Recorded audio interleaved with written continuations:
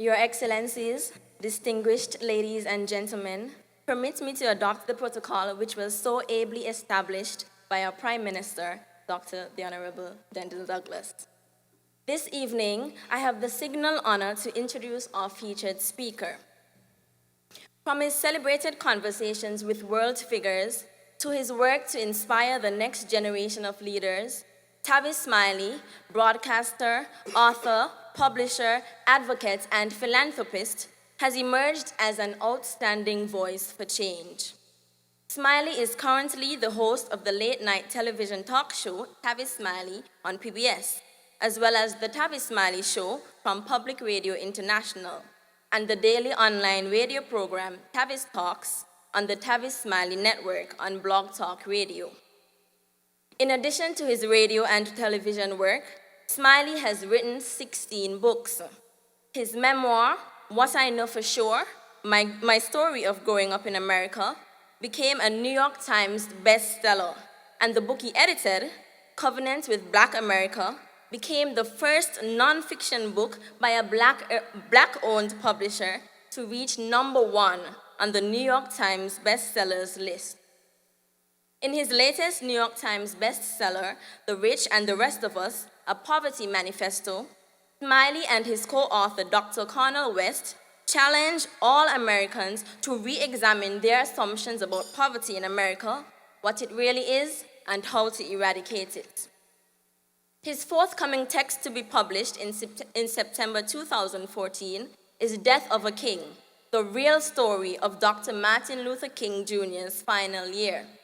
In the book, Smiley recounts the little-known story of the denunciations by the press, rejections from the president, dismissal by the country's Black elite and militant youth, assaults on his character, ideology, and political tactics, all of which MLK had to rise above in the final year of his life in order to lead and address the racism, poverty, and militarism that threaten, even still, to destroy democracy in America. Smiley was the presenter and creative force behind America I Am, the African American imprint. This unprecedented traveling museum exhibition, which debuted in January 2009, toured the country for 4 years, celebrating the extraordinary impact of African American contributions to America and the world, as told through rare artifacts, memorabilia, and multimedia. Many of the artifacts Smiley discovered and displayed during the America I Am tour are now on permanent display at the Smithsonian Institution. Smiley's most gratifying accomplishments are rooted in his passion to inspire the next generation of leaders. The nonprofit Tavis Smiley Foundation has provided leadership training and development for America's youth. Since its inception, more than 6,500 young people have participated in the foundation's Youth to Leaders training workshop and conferences. The foundation recently announced a $3 million 4-year campaign called Ending Poverty, America's Silent Spaces to Alleviate Endemic Poverty in America. His communications company, the Tavis Smiley Group Incorporated, is dedicated to supporting human rights and related empowerment issues, and serves as the holding company for various enterprises encompassing broadcast and print media, lectures, symposiums, book publishing, and the internet. Smiley's achievements have earned him numerous awards and honorary doctorate degrees, including one from his alma mater, Indiana University. In 2009, Indiana University named the atrium of its School of Public and Environmental Affairs building the Tavis Smiley Atrium. Smiley is also the recipient of the prestigious Du Bois Medal from Harvard University and the 2009 Interdependence Day Prize from Demos in Istanbul, Turkey. Time magazine has honored Smiley as one of the world's 100 most influential people. The Hollywood Chamber of Commerce recently announced that Smiley will be honored with a star, on the Hollywood Walk of Fame, April 24, 2014. Ladies and gentlemen,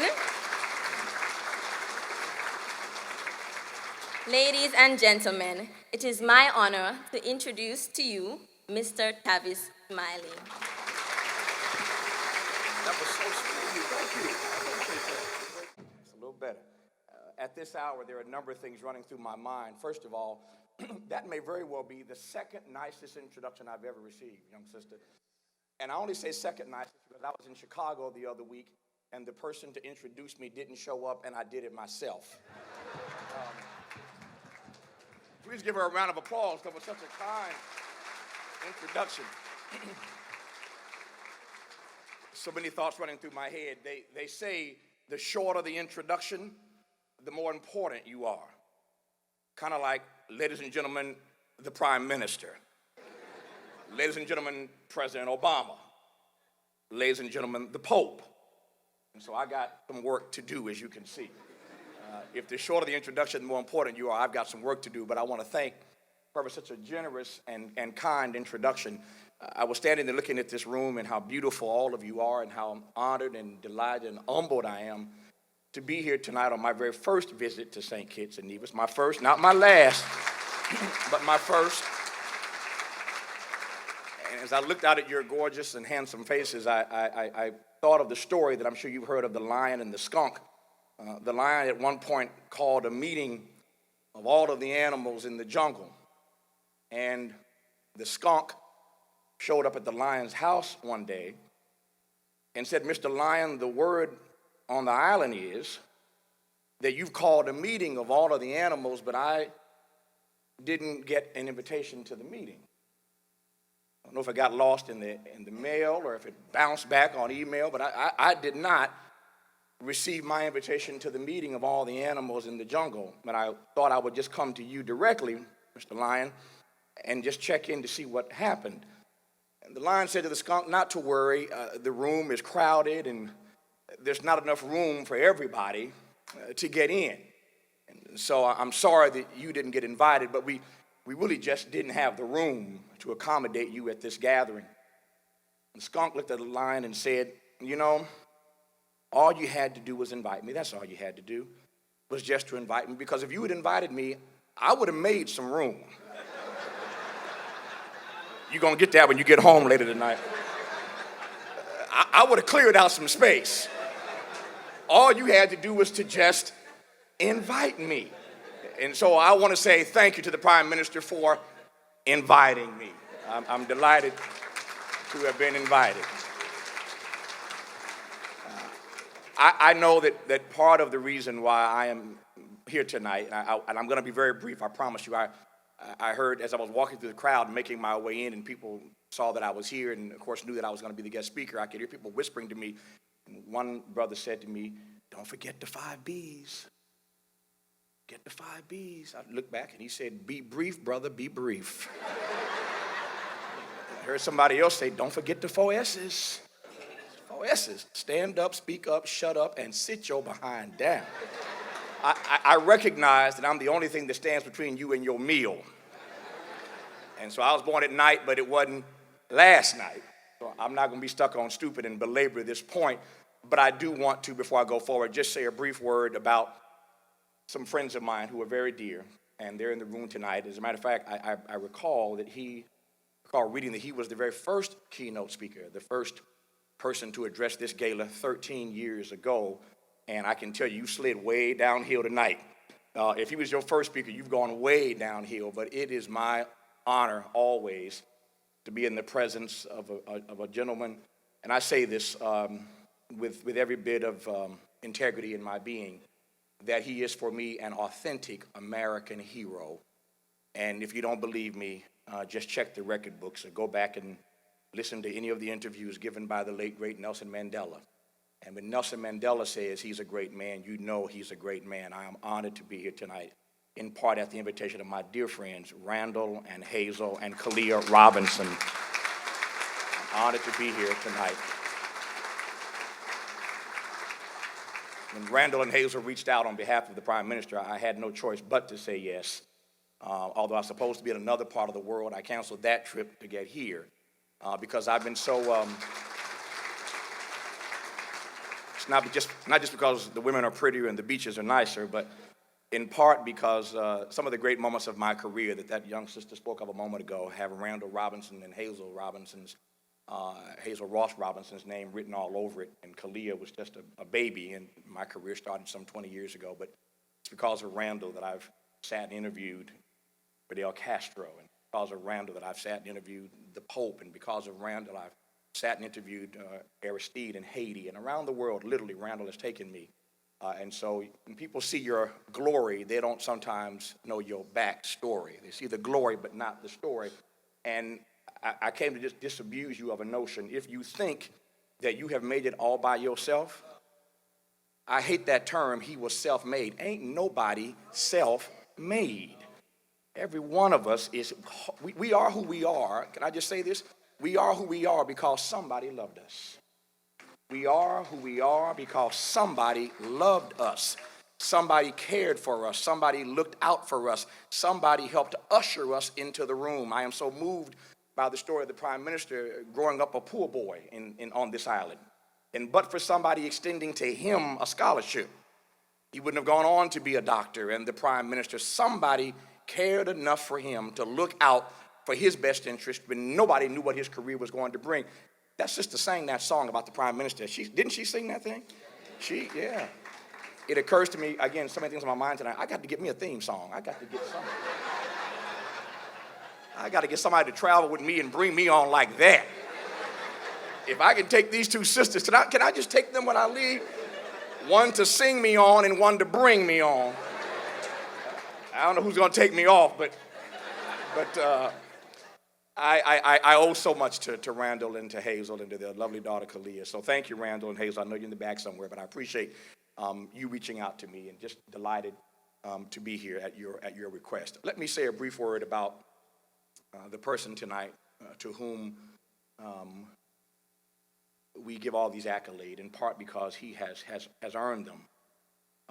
You don't become the dean of the Caribbean and the West Indies in terms of leadership. You don't get elected once and twice and 3 and 4 times unless somebody appreciates what it is you are attempting to do. I spoke at a leadership conference not long ago, and I said to the audience, everybody wants to be a leader these days, a term that we throw around with such reckless abandon. Everybody wants to be in charge of something. Everybody wants to be a leader. And I said at this conference the other day that if you call yourself a leader and you look behind and ain't nobody following you, you just out for a walk. You just out getting some exercise. I didn't come to preach, but the Bible I read says that you shall know a tree by the fruit that it bears. And so your leadership ought to have some qualities. Somebody ought to be following you somewhere. And so when you have been elected once and twice and 3 and 4 times, it means that the quality of your leadership is being recognized and being respected and appreciated and embraced and being rewarded. And so when you start to read about your esteemed Prime Minister, and much less start to learn more about his backstory, I sat with him for a couple hours this morning over breakfast and just peppered him. I know he thought he was on my talk show, because I was firing question after question. He couldn't eat his eggs. I was just firing question after question. Because whenever I'm around that kind of greatness, I want to know the backstory. I want to know, how did you arrive at this place? And so I wanted to get to know more about that backstory. And so I could tonight, in celebration of him at this annual gala, talk about so much what you've already heard reference to. We could talk about the green economy. We could talk about sustainability. We could talk about the major increase in foreign investment. And matter of fact, a funny story, we were at breakfast this morning, speaking of, I know the Prime Minister's laughing already.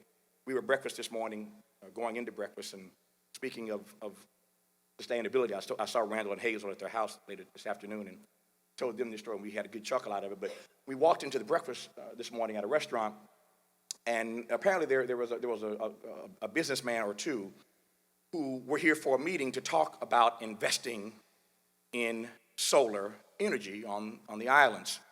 And so he had a meeting scheduled, and he was sitting at the table, and we walked to the table, and he was already seated. And the prime minister had this quizzical look on his face like, why is this white man sitting at my table when I came to have breakfast with Tavis? And so, being the classy guy that he is, we sat at the table, and it took us a few minutes to figure out that one of us was in the wrong place. There was nothing wrong with him coming to St. Kitts to have a meeting with somebody important about solar energy and wanting to make a major investment, but the meeting had not been scheduled at the prime minister's office. Long story short, it turns out he thought he was meeting with the prime minister. He was actually meeting with the premier of Nevis. And so a few minutes later, the premier walks in, and we got it all figured out, and I just said to them, this is a wonderful way to be welcomed to the island. I get to be welcomed by the prime minister and the premier, and so did the gentleman, and they went off and had their meeting, and I hope they got some money out of that meeting today. But it was just quite an interesting beginning to our first encounter, that he thought he was meeting with somebody else, but we got it all squared away. But the point I'm trying to make here is that there's so much that's been accomplished over these 4 terms, and I pray that he runs successfully and that you will support him as long as he wants to run. Yeah. I tried, given what I do for a living, I tried to squeeze a scoop out of him this morning about what his intentions were so I could share it with y'all tonight. He wasn't giving it up. But I tried to break some news here in St. Kitts tonight. But I could talk about all those wonderful things that he's accomplished, but let me just take a few minutes to say something that I think is at the epicenter, at the heart of why he does all that he does, and more importantly, how he does all that he does. And I want to make this caveat. Every one of us in this room cannot be the prime minister. It is not the vocation and the calling and in the purview for every one of us to be the prime minister. I know there's some folk on this island who think they're going to be the next prime minister. And they want a vote of no confidence. That's another conversation for another time. But we already have a prime minister. We already have a prime minister. And as I intimated earlier, everybody wants to be a leader, and it seems these days everybody wants, as we say in my neighborhood, everybody wants to be prime minister. But here's what's unique about this particular prime minister, and while most of us in this room will never be the prime minister of St. Kitts and Nevis, there is something about him that all the rest of us can emulate. And that's why it's important when you get a chance to be amongst greatness. There's a Bible verse again that says that a prophet is without honor in his own homeland. Am I right about that, Reverend? A prophet is without honor in his own homeland. All that means is that around the world, people are often celebrated, but at home we sort of take them for granted. So a prophet tends to be without honor in his or her homeland. So we're not all going to be prime minister, but here's what we can all do. And I hope that you will take this for the remainder of this year and just marinate on this beyond tonight as I take my seat. Just marinate on this. While we cannot all be prime minister, every one of us in this room is a leader in our own right. Somebody is watching you. Somebody is listening to you. Somebody is taking their cues from you.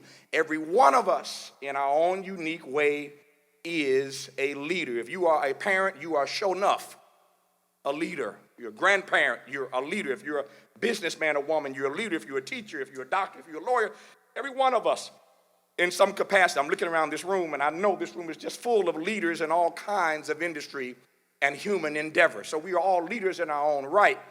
But I wonder whether or not we have the right kind of operational definition of the kind of servant leaders that we need today.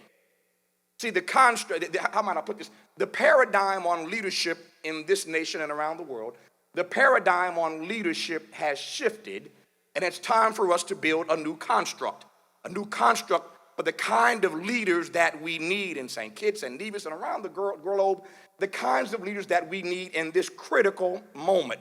And why is this a critical moment? Because so many of our people living in the diaspora are trying to craft and create lives of meaning and value in a world where their vulnerabilities outnumber their possibilities.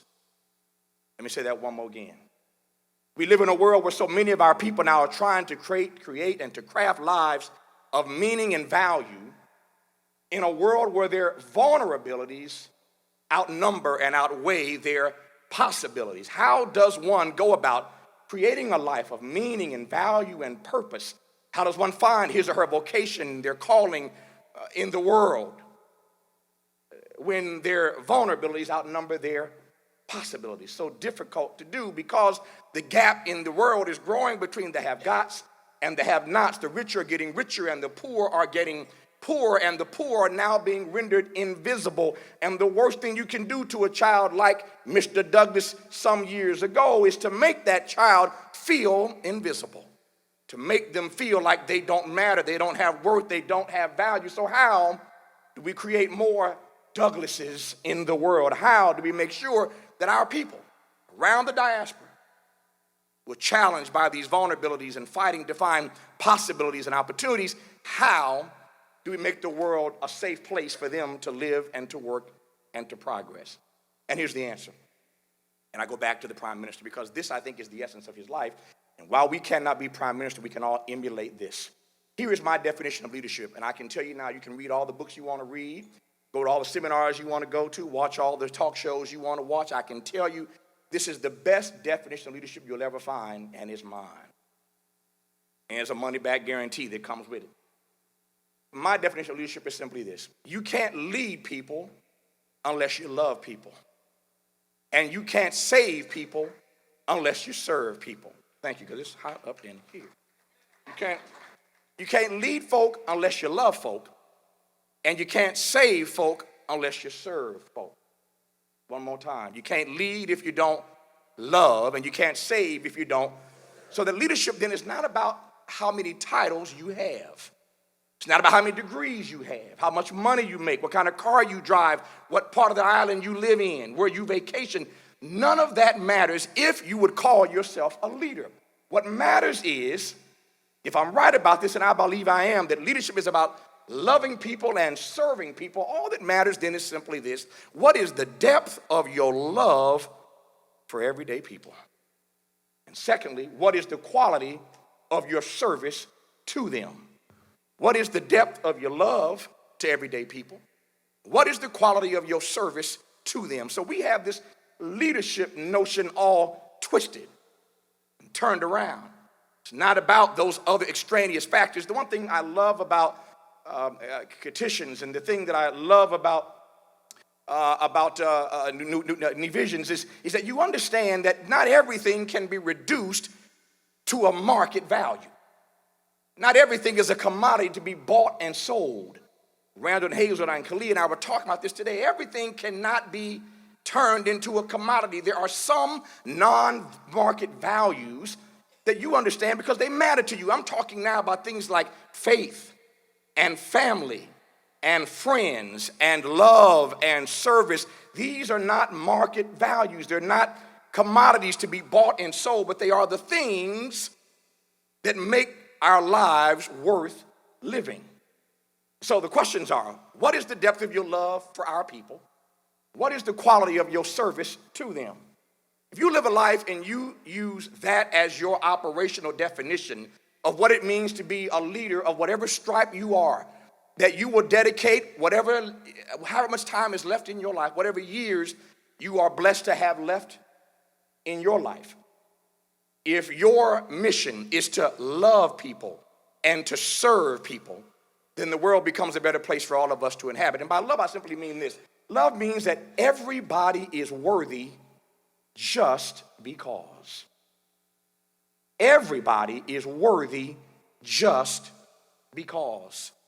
Not because of who their parents are, not because of where they live or their annual income, or whatever you think their future may or may not be. But every child in this island is equally worthy just because. That's what it means to love people. Can you imagine if we had policies that were implemented and predicated upon the fact that we truly believe that all life had equal value and that everybody was worthy just because? We know what it means to serve. Dr. King put it this way, that any of us can be great because any of us can serve. We can't all be prime minister, but any of us can be great because any of us can serve. All it takes is a heart full of grace and a soul that's generated by love. We live in a world where too many people are chasing success and ain't nobody chasing greatness. You can be successful without ever being great, but you'll never be great without being successful. I found that most folk chasing success anyway are really just chasing significance. We all want to be acknowledged and we all want to be rewarded. Nothing wrong with being respected and loved and paid attention to. We live in a world where everything is about success, but nobody is trying to be great by loving and serving other people. And when you look at the life and look at the legacy of this prime minister, what you come to realize is that he didn't start his journey trying to be the leader of this nation. And that's what I celebrate most. He started this journey loving and serving people. For all the money that the industry makes off of our ill health, there's something wrong with an industry that's driven by just pure profit.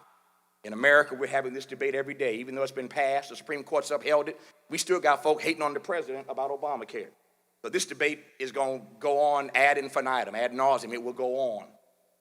So I could celebrate the fact that in this nation, you provide health care for the young and for the aged. There are things that the American empire can learn from you. There are things the empire can learn from you. But he starts his journey out loving and serving people. And I'm just a believer that when you use every bit of your God-given talent, every bit of your God-given ability, when you use that in love and service to others, he will open up doors that you never imagined. He'll create spaces for you to love and to serve on greater and higher levels, and love and to serve more people. That's what happens when you use the gift that you have. It will make room for itself. That's why you can't get caught up in hating on other folk. We're not all blessed in the same way. We're not all gifted and talented in the same way. Just perfect the gift that you have. Perfect the talent in 2014 that you have. And if you become, I tell my young folk all the time, you might as well be you. Everybody else is already taken anyway. So if you just become the best you that you can be in love and service to other people and use the gifts you've been blessed with, they will make room for you to do bigger and greater things. And so it is because of that commitment to love and to serve the people of these islands. It's because of the good work that's been done, born of that mission to love and to serve, that I am so humbled tonight to have accepted this invitation to come just to say a word about how we squeeze the most out of this year, 2014. If your life up until now has been all about you and you and you, and you might consider this not just as a new year, but as an opportunity for you to make a new you. And you can do that by committing yourselves, just like the one we celebrate tonight, to loving and serving all of God's children. I thank you for the invitation, and thank you for your patience.